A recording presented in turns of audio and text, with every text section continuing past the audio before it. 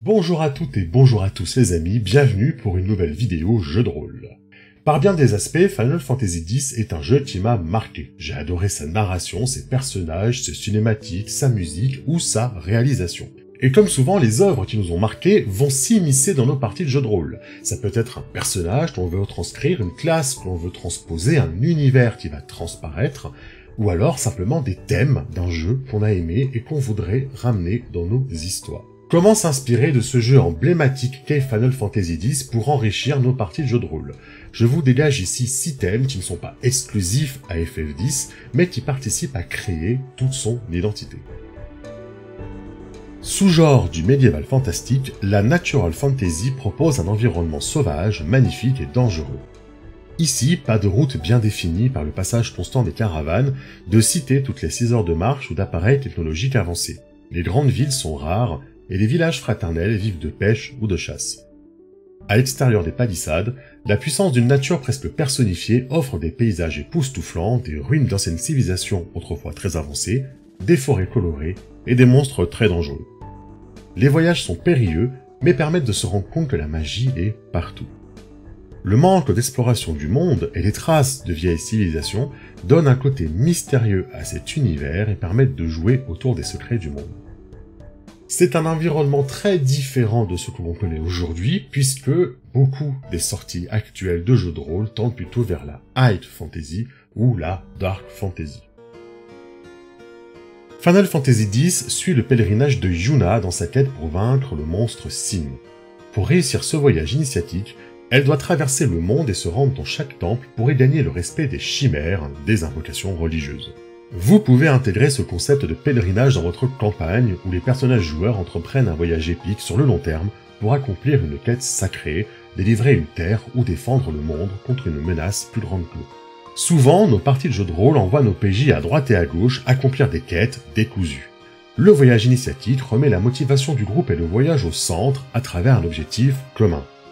Cette aventure nécessite de partir activement sur les routes et de passer par différents points importants que le MJ peut prévoir à l'avance, où le groupe doit apprendre quelque chose sur la menace, la manière de le vaincre, sur eux-mêmes.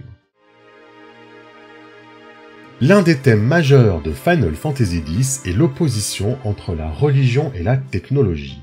1000 ans avant le début du jeu, une guerre opposant deux cités très technologiques déboucha sur l'arrivée du monstre Sin et la création de la religion de Yevon. Le culte utilisa alors le traumatisme des destructions de Sin pour contrôler, voire bannir, la technologie. Vous pouvez utiliser ce thème pour créer des conflits dans votre campagne, où des factions religieuses vénérant des entités divines s'opposent à des groupes technologiquement avancés.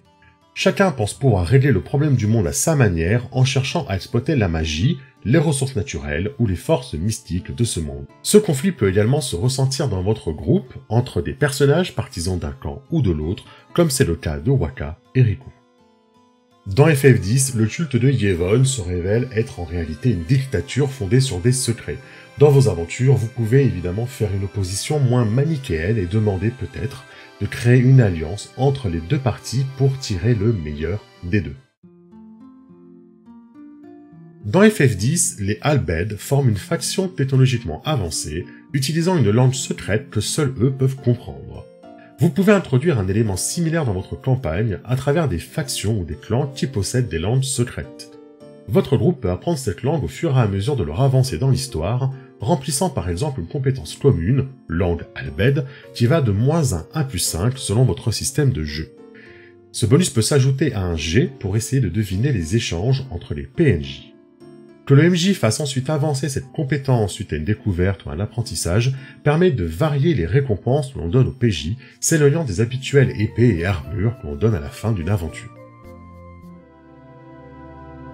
Dans les jeux de rôle, les rêves servent souvent pour des messages venant d'antagonistes ou de prémonitions sur la suite des événements. Dans Final Fantasy X, le rêve crée un monde à part et nous pouvons parfaitement imaginer un univers où un deuxième monde serait accessible par le rêve. Qu'il soit un reflet déformé de celui des héros, ou une toute autre réalité, ce monde offre des possibilités de jeu différentes, des intrigues, des éléments de réponse face à la grande menace. S'agit-il d'un refuge pour les esprits, d'un monde extrêmement technologique qui pourrait aider celui des PJ à évoluer, et si l'antagoniste avait réussi à s'extraire de ce monde et à ne jamais y retourner?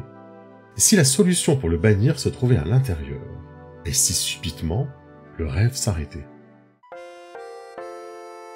À nos tables de jeu de rôle, tous les personnages tissent des relations entre eux dès la première séance.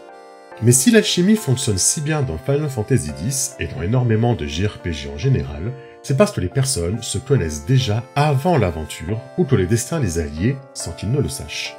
Yuna et Riku sont cousines, bien qu'elles viennent de deux peuples différents. Wakka et Lulu viennent du même village, celui où Yuna est envoyée petite avec Kimahri pour veiller sur elle. Une mission qui a été confiée par Auron, gardien du père de Yuna avant sa mort, au même titre que Jecht, le père de Tidus, qui était donc lié à Yuna sans le savoir. Pourtant, ces liens, de mon expérience, sont assez rares lorsque nous créons nos personnages. Les mondes de Natural Fantasy, où les déplacements sont plus rares et compliqués, se prêtent bien à ce genre de fonctionnement qui soude un groupe dès le début du jeu, favorisant le roleplay et permettant d'éviter ce petit malaise de la première partie. Alors pourquoi est-ce qu'on forme un groupe au fait ?